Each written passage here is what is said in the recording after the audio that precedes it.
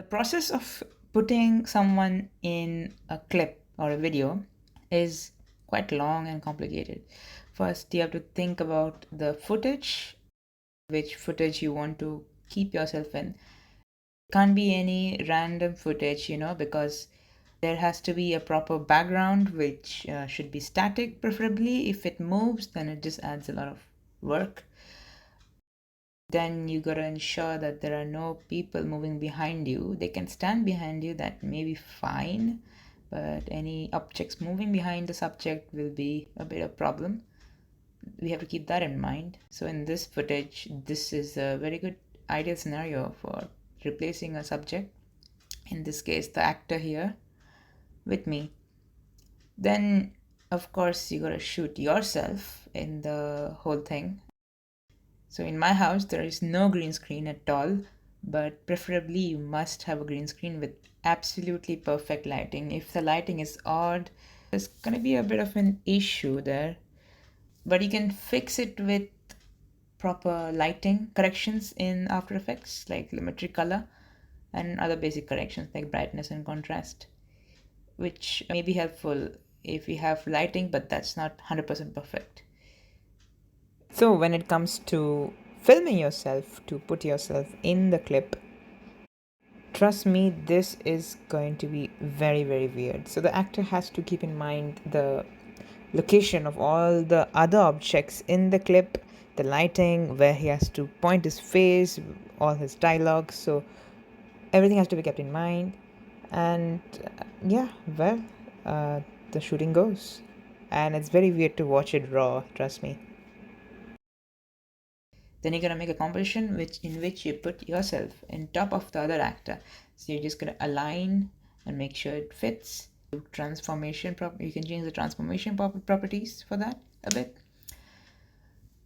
Speaking of the original clip, you have to remove the subject with which you want to replace yourself with. For that, we have to manually mask him out and try to do content aware fill with After Effects, or we could try to paint the background by ourselves and make that move with null objects and other camera references, to track the movement of the background along with the original clip. So it may be useful if the subject was not in front of the background in a particular clip. So you can take that background and put it in place forever. And so that when the subject moves in, the background will cover him now. So this will be very useful. So either you can paint the background, or you can use Adobe's own content aware fill, which may be a bit sometimes off. So always is preferred to draw. It's very hard. Or you can use background still images from other frames to hide the subject. With that, you put yourself or any other subject you want to put, which you have already recorded in a green screen. For my case, it was widescreen, basically my wall, with a tripod stand. So make sure you have a good camera setup for that. If you don't have, you can ask some other people's help, and make sure it doesn't shake too much. Yeah.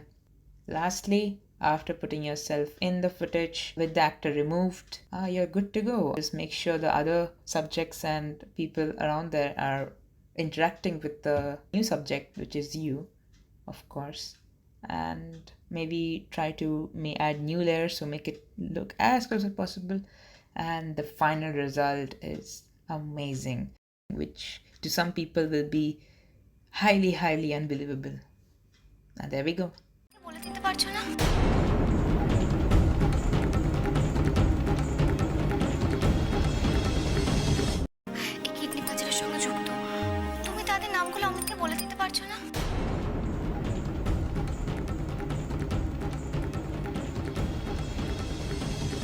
So, thank you for watching, and we'll catch you up in the next analysis video.